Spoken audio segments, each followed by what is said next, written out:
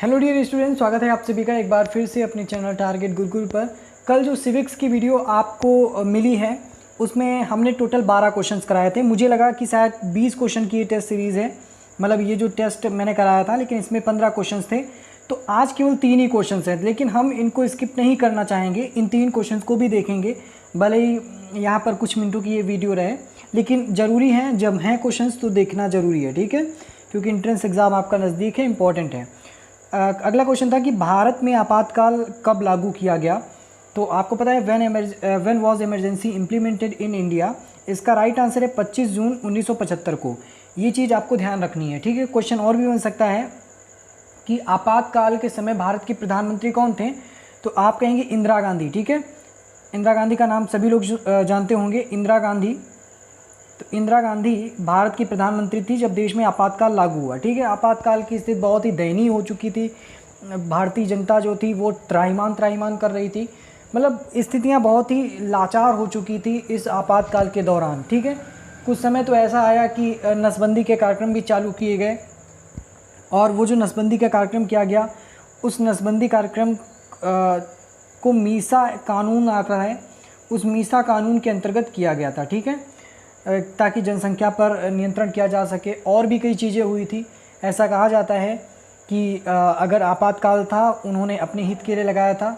इस पर बाद में एक जांच आयोग भी बैठा, जिस जांच आयोग को कहते हैं शाह जांच आयोग। इम्पॉर्टेंट है, शाह जांच आयोग, नोट कर लीजिए, शाह जांच आयोग। कि आपातकाल के को लगाया गया, इस बात की पुष्टि किसने की, मतलब जो आपातकाल इमरजेंसी लगी थी, क्या ये वैध थी अवैध थी, ठीक है, ये संवैधानिक थी या असंवैधानिक थी। तो इस चीज़ को चेक करने के लिए शाह जांच आयोग की यहाँ पर समिति का गठन किया गया। एक एग्जांपल के तौर पे समझिए कि आप कोई घर पे काम करते हैं, ठीक है, अब गलत है सही है वो एक कोई घर का बड़ा डिसाइड करेगा, ठीक है, उसकी जाँच करेगा कि जो आपने काम किया है वो सही है कि गलत। ठीक उसी प्रकार शाह जांच आयोग ने इसकी जांच की कि आपातकाल संवैधानिक है या असंवैधानिक। बढ़ते हैं आगे कि चिपको आंदोलन का उद्देश्य क्या था। चिपको आंदोलन एक ऐसा आंदोलन था जो कि पेड़ों से चिपकने का होता था, मतलब जो लोग थे वो पेड़ों से चिपक जाते थे। क्यों चिपकते थे? इसका उद्देश्य था पर्यावरण संरक्षण का।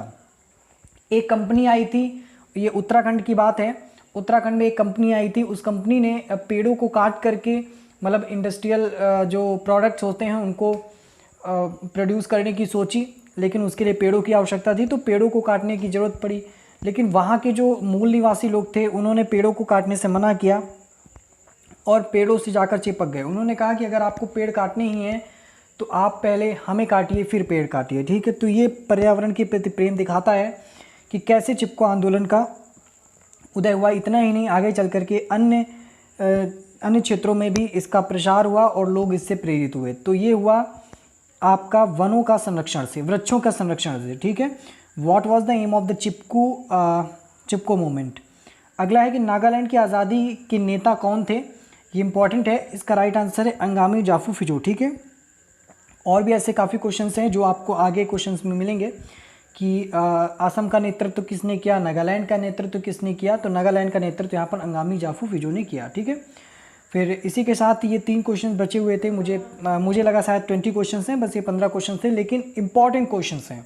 मैंने डायमेंशंस को ओवरऑल क्लियर करने की कोशिश की है। तो आज के लिए फिलहाल इतना ही। वीडियो अच्छी लगी वो लाइक कर दीजिएगा, नहीं अच्छी लगी कोई बात नहीं, आप लोग अनलाइक भी कर सकते हैं। फिलहाल हमारे साथ जुड़ने के लिए आप सभी का बहुत बहुत धन्यवाद।